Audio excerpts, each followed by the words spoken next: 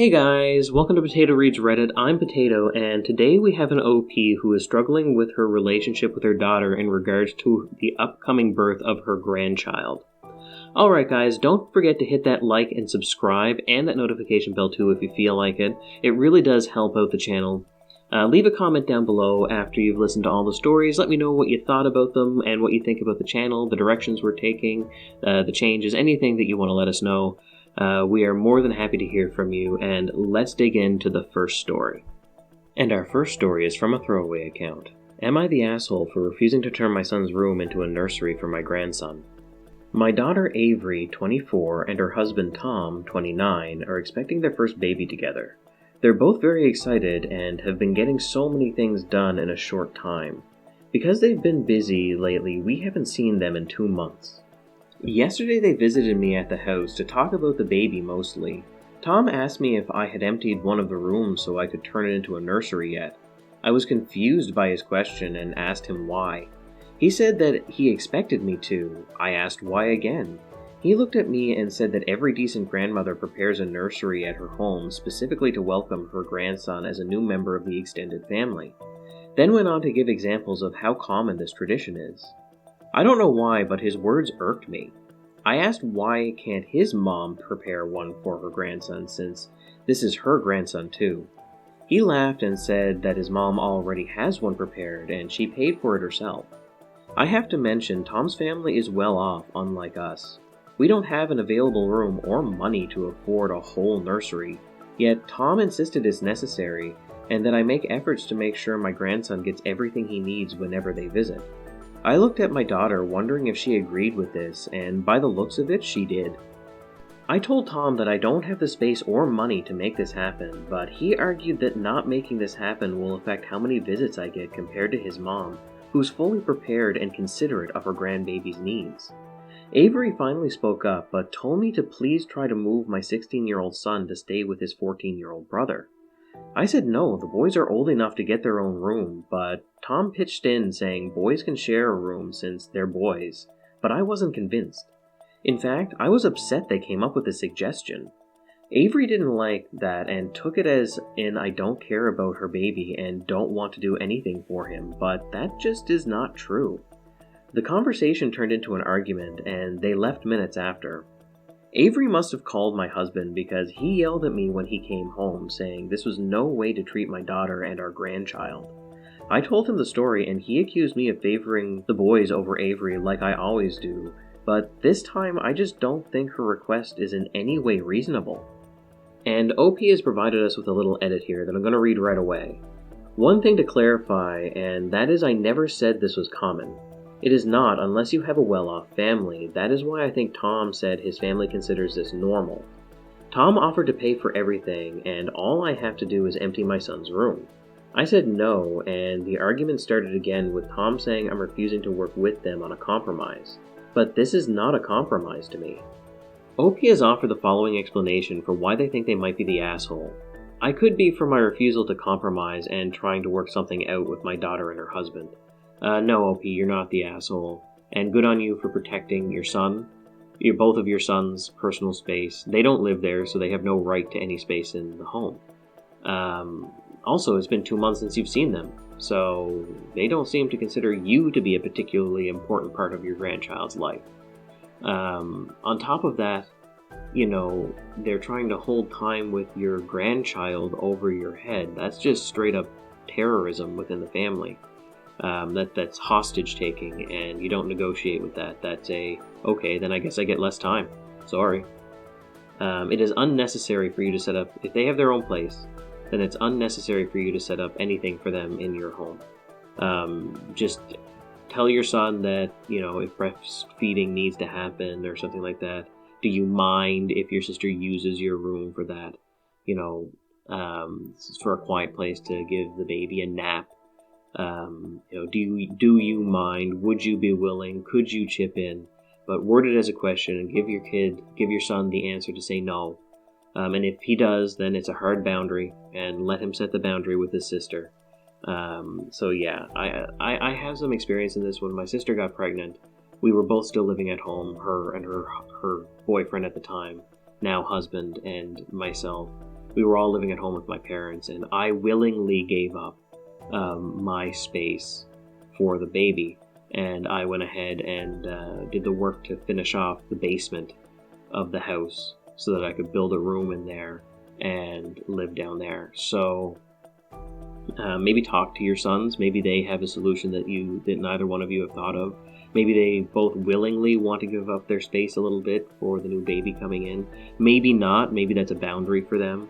But your kids are 16 and 4. Your boys are 16 and 14. They are old enough to weigh in on this. So talk to your boys and set a boundary with your daughter and sit her down and tell her that as much as it would hurt you, and it would hurt you, but this is something you're going to need to do, as much as it would hurt you, if your grandchild is going to be used as leverage and be used to manipulate you, then you will go no contact and they'll get nothing from you.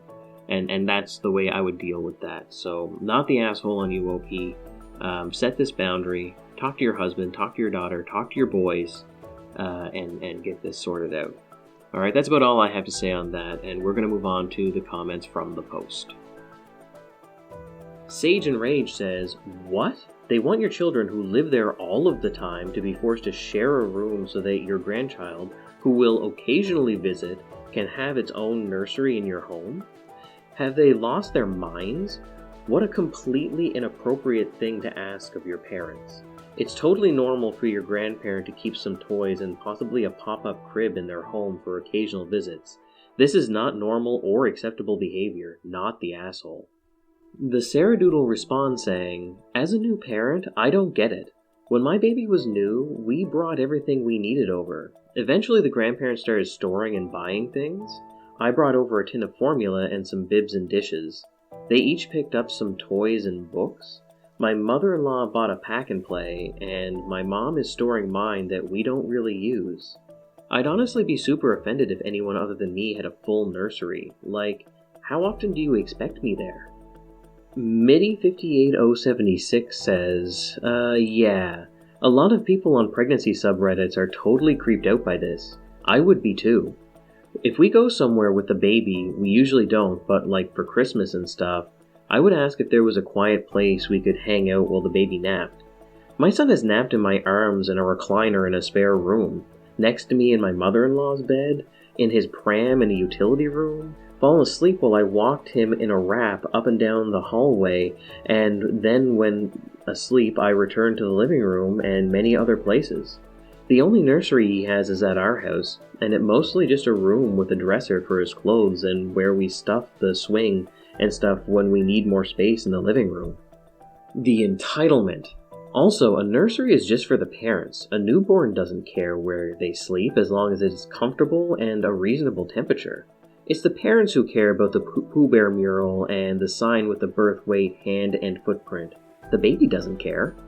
Vaporgate says, "So Avery has moved out, gotten married, is about to have a kid, and wants your two sons, who are still living at home, to not each have their own rooms as teenagers, so that her baby, when she sometimes brings it for a visit, can use a room as a nursery?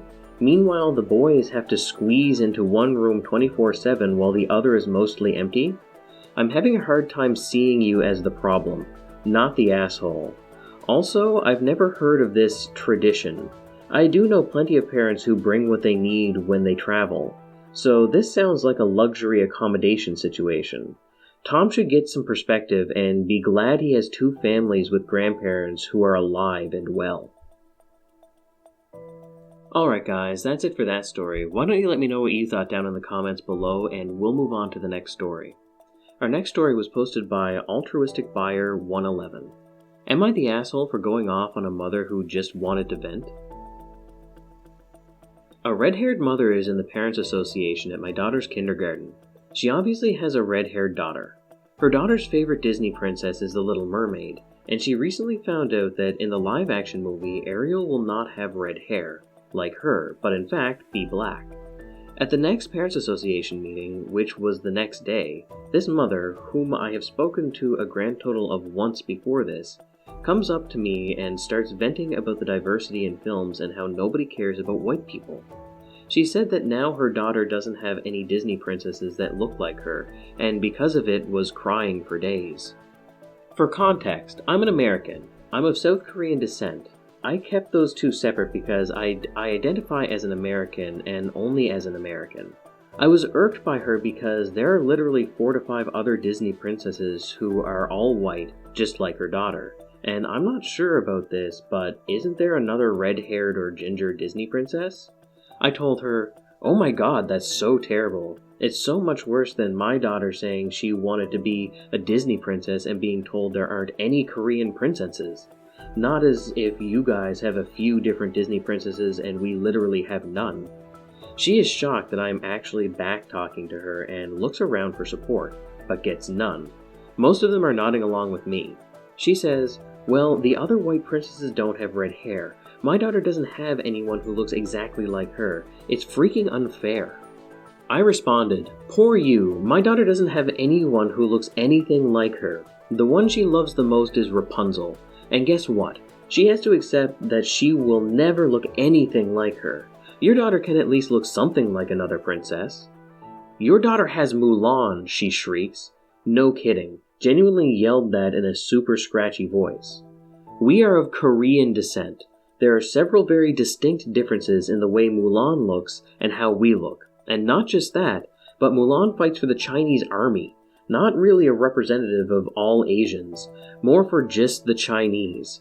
But if you think all Asians look the same and we should be happy with Mulan, okay, but then you need to be ecstatic with your 5 white princesses, even though you guys don't look too similar.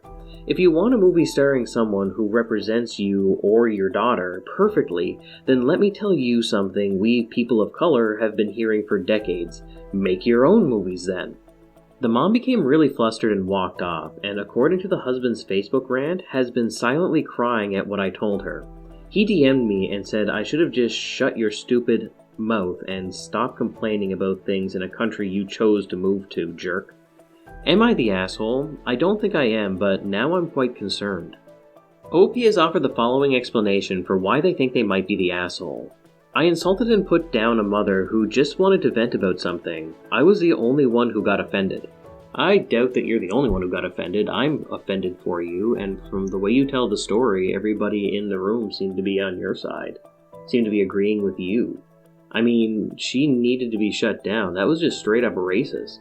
And there is a red-haired Disney princess from Brave. No idea what her name is. I'm a grown man. I don't watch a whole lot of Disney movies. But the one from the movie Brave is redhead.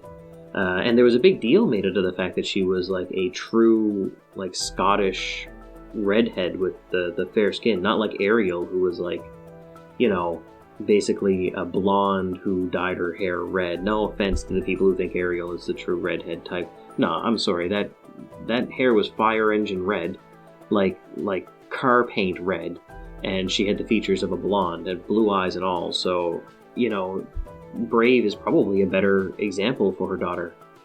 In general, actually, I think that movie also had a better like message for young women. Anyway, I'm getting off on a tangent on that one.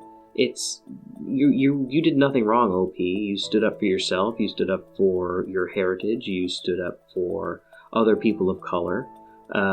It's fiction, you know. I don't understand why people are getting bent out of shape that they recast a different race of person for a specific character. That's not appropriation. You're not absconding with a hero. The hero is the archetype. And you should explain to your kids it's not about appearances. You want your kids to emulate the archetype of a hero, of the good person in the story, of the good. You want them to embody the good qualities of the character, not their appearances. And I think that is probably the best message to give to people in general. It doesn't matter what the color of their skin is. And anybody can emulate a behavior. So, yeah, OP, definitely not the asshole, and good for you for standing up to that nonsense.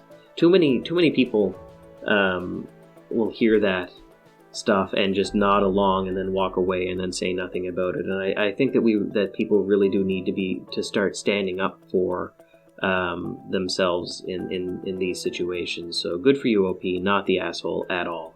Now let's move on to some comments. Awkward Resolve 9979 says, not the asshole. Merida from Brave has red hair. Tell her to watch more movies and stop crying over nothing. That's her name, Merida. Songbird says, oh, but the accent won't be right, you see? It's so hard. You just don't understand, /sarcasm. Schnoer says, the fact that the red hair is so important to her daughter seems to me that the girl has been told over and over, my guess by the mom, that Ariel looks like her because of the red hair. No child I know is bothered if their hair color is not the same as the one of their favorite princess. Not the asshole. Hunter Dangerous 1366 says, not the asshole. Merida, Brave, is also both white and ginger.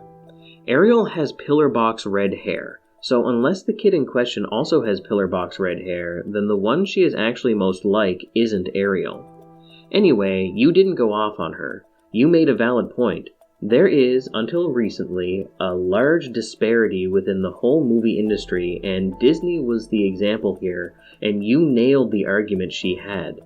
But I'd let Daycare know about what the husband said. That was racist and completely uncalled for. If his wife can't take her argument being picked apart with rationale and good examples, just wait until she finds out that mermaids are in fact not actually real. OP responds to that saying, I don't think the daycare will care because it was neither the child saying it nor was it anywhere near the school property.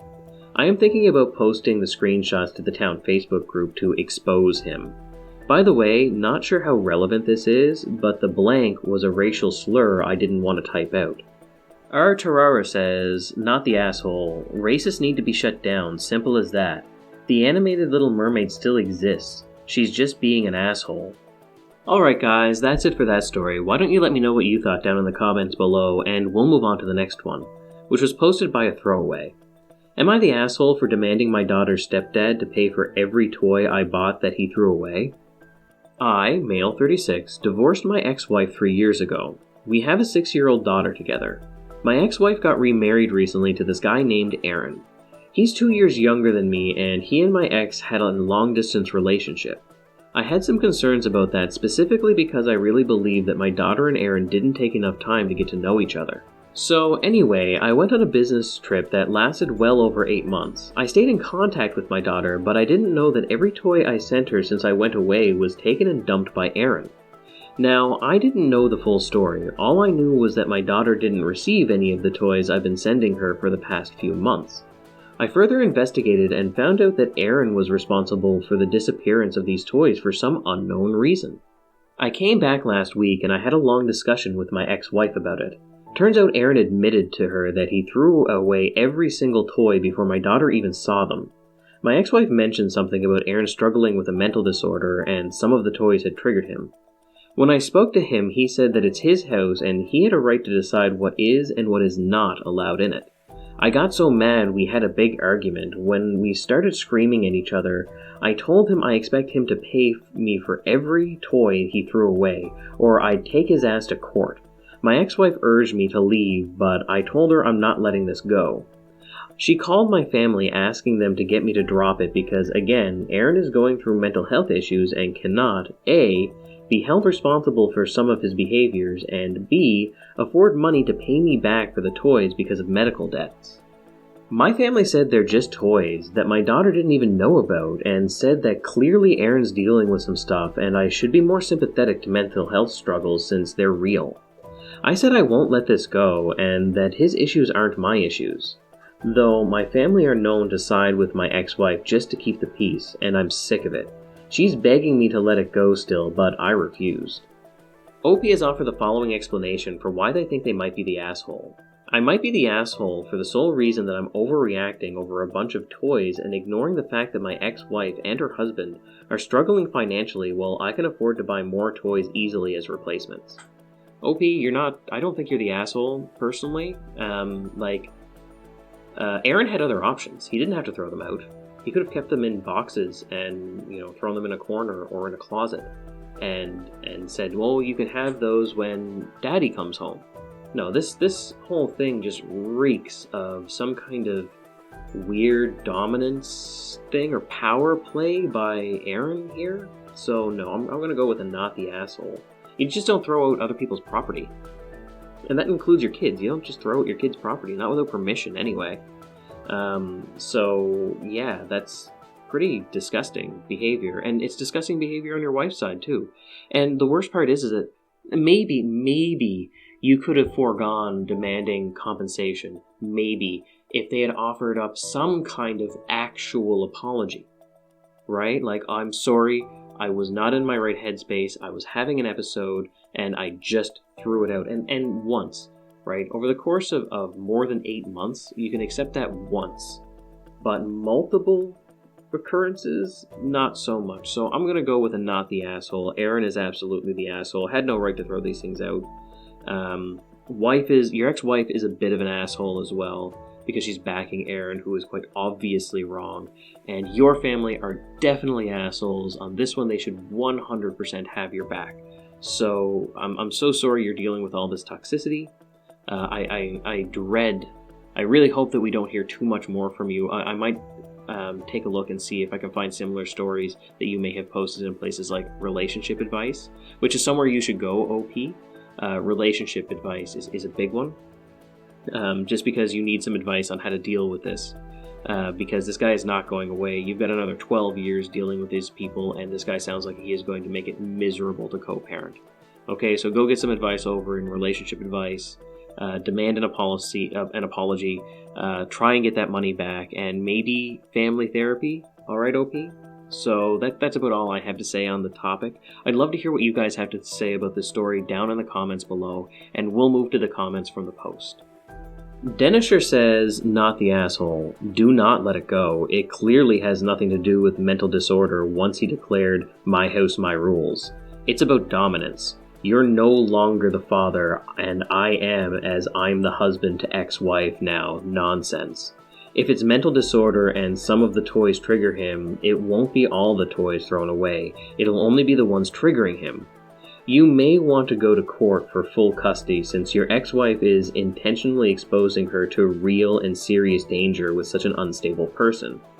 Imagine it's a real mental issue and someday she accidentally triggers him. What will he do to her?